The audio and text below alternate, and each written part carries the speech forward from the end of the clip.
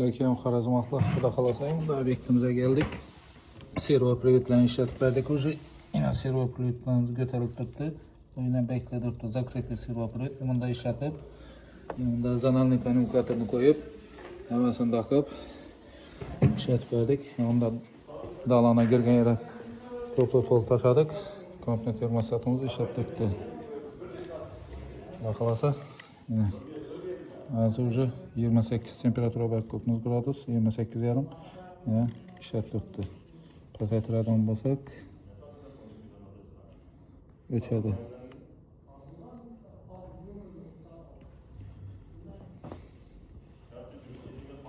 O'chadi pasayt. O'chdi. Beklaymiz gradusni. Temperaturani qo'shdi.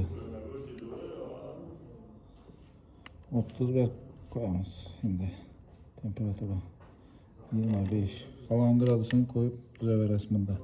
Onu seyahate nasıl işleyerdi. Şunday hizmetler olsa telefon tavrasla bunu proverka için az daha tutmaz. Bir anda ustanıp ketkenimiz bu.